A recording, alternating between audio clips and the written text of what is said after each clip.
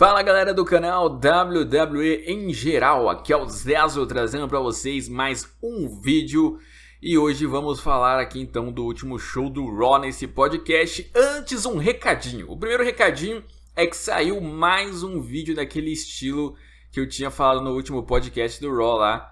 Dessa vez falando sobre os dois Undertakers que existiram na WWE. O link desse vídeo tá na descrição e você pode ver então depois que você assistir o podcast. A não ser que você queira ver agora também, então vai lá porque a vida é sua, a conta é sua, então fica à vontade, né?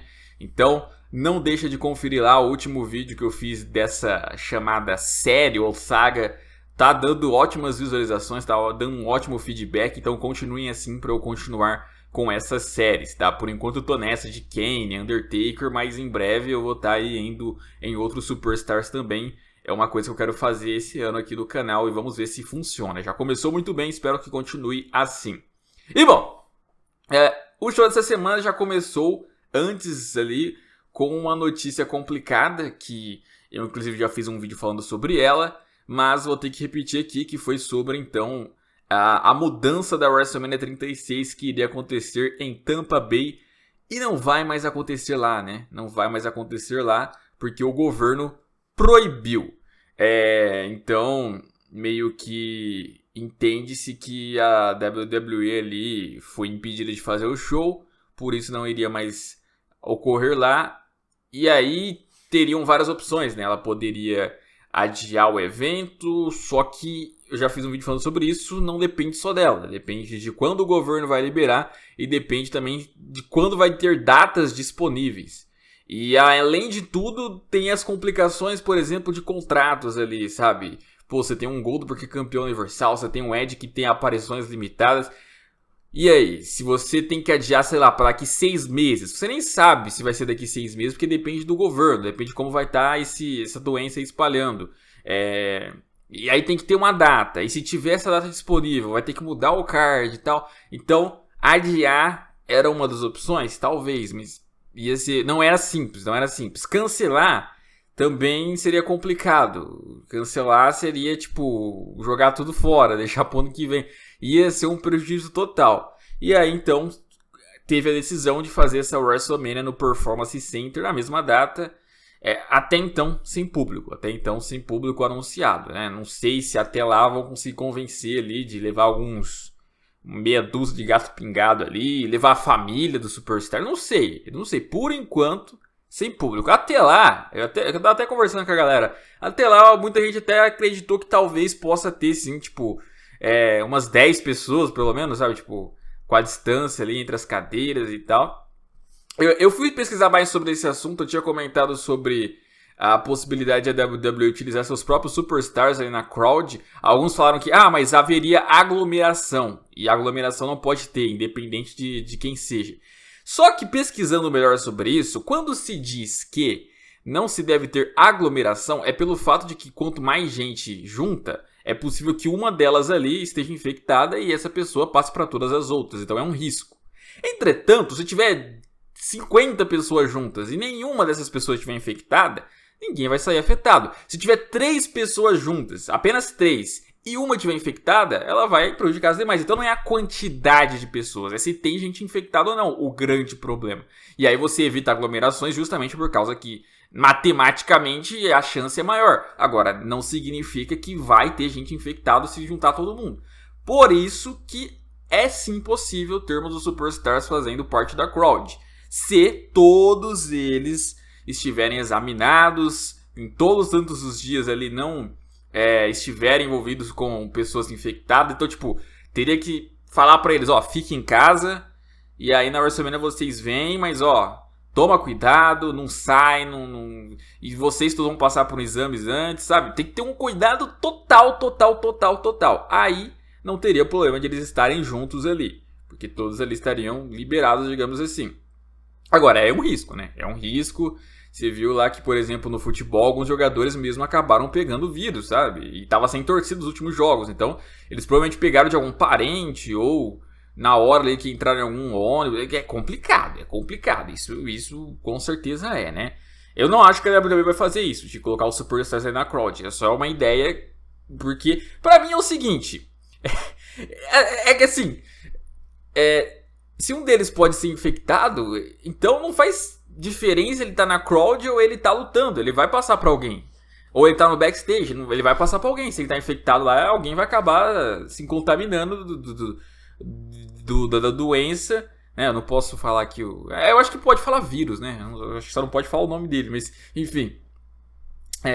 Então, é algo que não faz sentido pra mim, sabe? Porque você já vai estar lá lutando, você já vai estar presente no evento. Qual a diferença de estar na crowd ou não? O risco é o mesmo. É umas coisas que não faz sentido, sabe? Umas coisas que estão sendo ditas aí. Eu já falei, eu não sou médico, foi isso que eu pesquisei, porque era uma dúvida que eu queria tirar. E a explicação foi mais ou menos essa. Agora, talvez alguém tenha uma outra explicação aí. Mas por enquanto, foi isso. Eu tô deixando pra falar disso no começo desse vídeo, porque não tem tanta coisa pra falar sobre o show em si, né? A gente começou lá com o Edge entrando, né? O Edge sozinho ali. E aí então é mostrado lá alguns momentos dessa rivalidade do Edge e do Randy Orton.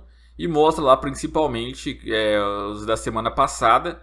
E aí então o Edge começa a promar e o Edge faz uma excelente promo, né? Ele vai falar pro Randy Orton que quando o Randy Orton atacou a Beth Phoenix, a sua esposa, ele acabou se precipitando um pouco, né? Porque a Beth Phoenix estava presente não para ouvir uma explicação do Randy Orton, não para avisar que haveria algum tipo de vingança. Ela estava presente para anunciar que o Edge iria se aposentar, que o Edge estaria se retirando da WWE uma segunda vez. Só que o Orton, ele não quis esperar, o Orton quis ir lá, quis ir relembrar os momentos deles no passado, a forma como ele conheceu o pai do Randy Orton, o Cowboy Bob Orton, como os dois se uniram e como os dois ali tiveram uma carreira brilhante, acabando com os adversários. E quem foi muito importante também foi o Mick Foley. Eu achei legal ele lembrar disso, né? O Mick Foley foi quem deu um push para os dois, né?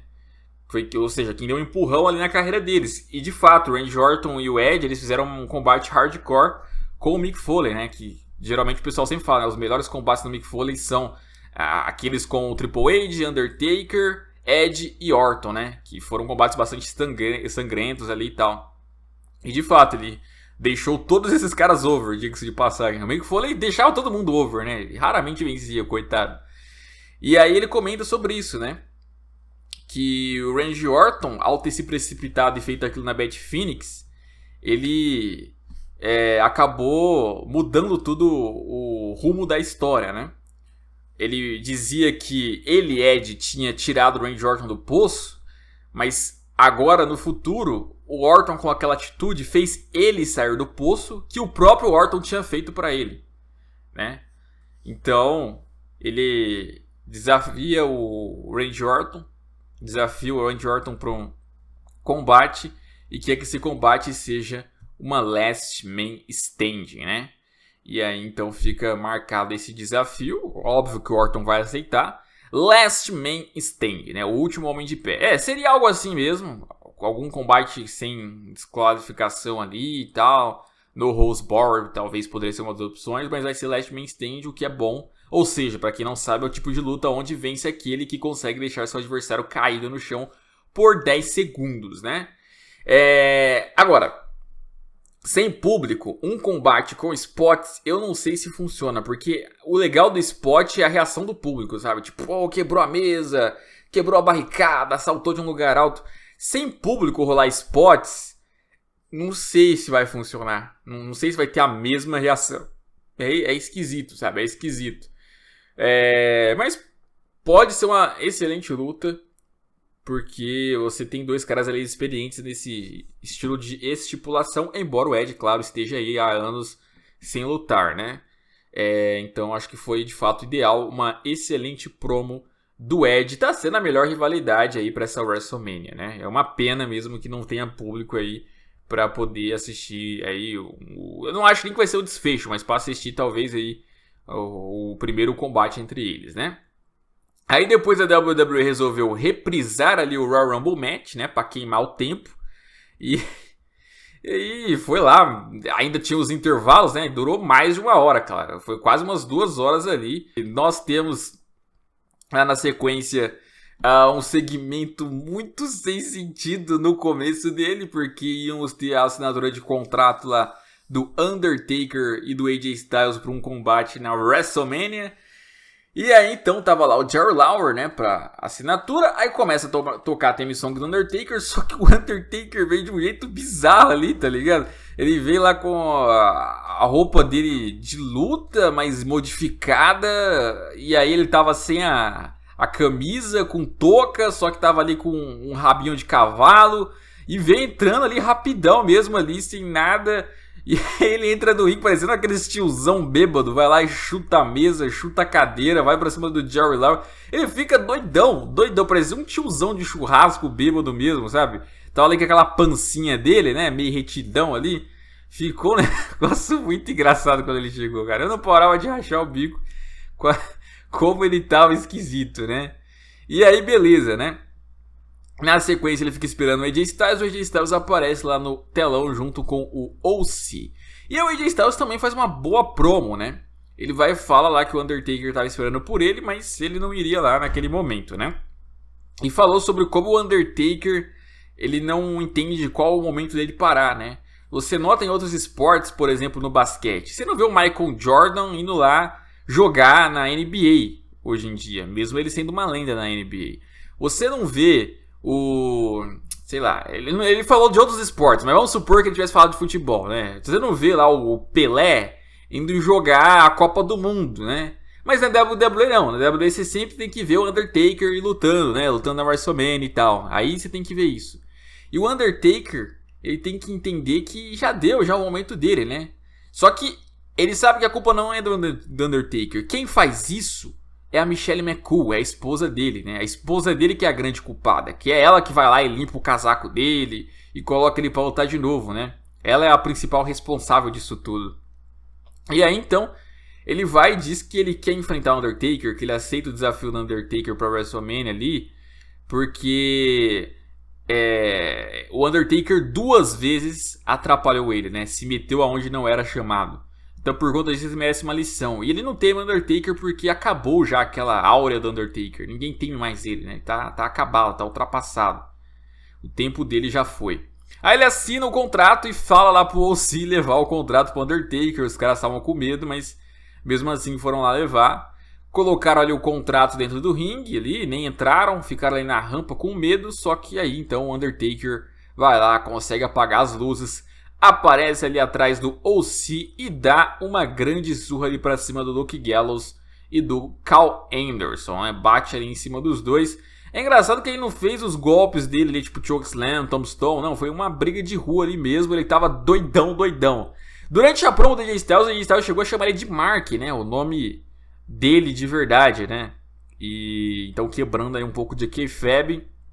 E o Undertaker entrou meio também ali parecendo ser... Não parecendo ser o Undertaker, parecendo ser o Mark mesmo, né? Tipo, teve uma vez, em 2008, eu me lembro agora, lá no SBT, que o Undertaker tava com raiva do Edge, e aí tava lá acho que era o Big Daddy V no ringue, fazendo um segmento lá com o manager dele. Aí de repente toca a música do Undertaker e ele vem andando rapidão, sem chapéu, sem casaco nem nada. Ele vai andando rapidão mesmo, entra dentro do ringue, manda um chute ali no Big Daddy V, pega um microfone que ele queria o ringue pra ele, né? Tipo... Eu lembro muito disso. E o Undertaker às vezes dá umas dessas, né? Tipo, ele vai rapidão ali, é porque realmente a coisa tá séria. E aí, ele depois saindo ali da arena, tava ali no telão a cara do AJ Styles, como se estivesse encarando ele, né? É legal. Gostei desse segmento, achei criativo até a forma como eles fizeram. E eu venho gostando das promos do AJ Styles. Acho que ele tá mexendo bem com o Undertaker, tá conseguindo irritar o Undertaker. E tá dizendo coisas até que muitos fãs concordam, né? De que o Undertaker já deu o tempo dele, que não precisa mais continuar e tal. Tá sendo meio que uma cutucada do Undertaker real essa história toda, né? Tá muito realista essa rixa dos dois. Agora, luta deles, por enquanto, sem nenhuma estipulação especial e sem público, né? Então, tipo, como que eles vão conseguir acertar essa situação? Como que eles vão conseguir aí fazer algo interessante sem público envolvendo Undertaker e AJ Styles? O pessoal começou já a se iludir falando que ia ter American B10 e tal. Acho que não tem nada a ver. Só porque o cara usou touca. Usou touca, a American B10 voltou. Calma, velho. Calma. Então, cara... Olha, eu já não tinha esperanças de que poderia ser uma excelente luta na WrestleMania. quando tava normal. Agora ainda assim o hype do público ali pra ter o pessoal levantando quando o Undertaker fizer algum spot aí de quebrar o AJ Styles com o chokeslam na mesa. Eu tô curioso pra ver o que eles vão conseguir tirar disso, cara. Sério, eu tô muito curioso. Enfim, aí depois a gente foi lá pra um combate vale a pena ver de novo de Rey Mysterio e Andrade. Eu não entendi por que repetir essa luta, né? Foi a única luta do show, diga-se de passagem. Eu não entendi pra que repetir. Será que só tinha eles? Mas foi muito aleatório. A própria Asuka ali ficou no meio dos comentaristas ali. Tipo, o que tava fazendo lá? Comentando sobre o quê? O Rey Mysterio venceu. Não foi nenhuma luta ruim até. Tecnicamente até que foram equilibrados ali e tal. Padrão Rey Mysterio e Andrade. Não é ruim as lutas deles, né? Mas é muito repetido, né? Toda semana essa luta. O Rey Mysterio ganhou rapidamente ali, então... e ficou por isso mesmo. E o Andrade é o campeão americano, né? Será que com isso o Rey Mysterio se qualificou para enfrentar o Andrade na WrestleMania? Porque o Carrillo perdeu, o Garza tá jogado de lado. Quem mais que lutou com o Andrade? Eu não lembro quem lutou com o Andrade e recentemente perdeu, mas enfim. O Rey Mysterio, por enquanto, é o que tá vivo. O Rey Mysterio, por enquanto, é o que ainda tem a moral de dizer: Andrade, se não me venceu, então é eu e você pelo título, né? E aí rolar um combate deles na WrestleMania e eu acho que é a possibilidade. A gente depois teve lá Becky Lynch saindo de um caminhão lá, tal. Na hora que eu vi ela descendo desse caminhão, eu já falei: putz, estão tentando imitar ela ali, sendo o Stone Cold versão feminina, né? Vindo lá de um caminhãozão, entrando ali, e aí, beleza. A Becky Lynch foi lá pro mar, mandando um recado pra Shayna Baszler, né? Ela falou ali pra Shayna Baszler que ela sabe que a Shayna Baszler estava ouvindo aquilo e que ela vai ser bem direta, né? Ela viu o que a Shayna vem fazendo com a divisão. Ela viu como ela vem acabando com a divisão feminina atrás de cada uma adversária. Só que ela é diferente, né? E é isso que incomoda na Shayna Baszler. Uma ruivinha irlandesa ali, ir contra a natureza e conseguir dominar ali a divisão, né? Diferente dela ali que é acostumada a ser alguém mais bruta ali. Normalmente esse tipo de gente é quem dominaria, né? E aí ela vai e diz ali então que ela não vai cometer o erro das demais, ela não vai subestimar a Shayna Baszler e ela vai acabar com a Shayna Baszler. Enfim, falou um monte de coisa sem sentido lá no final. Parecia que ela nem estava sabendo o que ela estava falando ali, só estava juntando um monte de palavra. E aí então a Shayna Baszler tava vendo no backstage mesmo e ficou por isso. Cara, estão perdendo já a criatividade do que fazer nessa rivalidade que tá há muito tempo aí, né? Tá há muito tempo já e agora já estão cansados lá dos ataques que elas fizeram, estão tentando partir para as promos nesse momento. E olha, sem público ainda por cima, essa luta promete ser a pior, hein? Uma das piores lutas da história da WrestleMania, vou te falar uma coisa, né? No backstage a gente teve a presença do Kevin Owens. O Kevin Owens lá aceitou o desafio do Seth Rollins, né? E disse que quer esse combate seja no Performance Center, né? Ele disse que ia acontecer lá naquele Performance Center porque é o lugar ideal. Porque lá é onde tudo começou, aonde ele treinou, aonde ele se esforçou. O Seth Rollins quase não ficou lá, mas ele sim, né? Ele teve que treinar muito, ele teve que perder o contrato, se lesionar, até que finalmente ele ganhou uma chance na WWE, né? Então ele teve as coisas de mão beijada. E é por isso que ele queria enfrentar o Seth Rollins lá, pra dar uma lição nele ali, na onde era a sua casa. Enfim, mas não falou uma estipulação, né? A ideia é que ele ia poder escolher uma estipulação, mas o Kevin Owens por enquanto não falou qual pode ser. Talvez ele fale nas próximas semanas, ou talvez eles tenham ignorado essa ideia de uma estipulação especial, até porque já vai ter lá Last Man Stand do Edge e tal, então mas eu ainda quero ver uma estipulação especial sim, né? Só um combate simples de Kevin Owens e Seth Rollins, pô, a gente já viu isso várias vezes já, inclusive em shows semanais, então tem que ter estipulação, cara, tem que ter estipulação especial aí nessa luta dos dois. E, enfim, confirmada aí, então, e veremos aí. Uma coisa que eu tava até comentando com o Jean é que a WWE, então, tem que compensar fazendo lutas muito boas, sabe? Tipo, já que não vai ter público, já vai ser só na WWE Network, tem que ser luta nível takeover, tá ligado? Nível takeover. Apesar que uma coisa que ajuda muito nos takeovers é justamente o público. Só que não é só isso, né?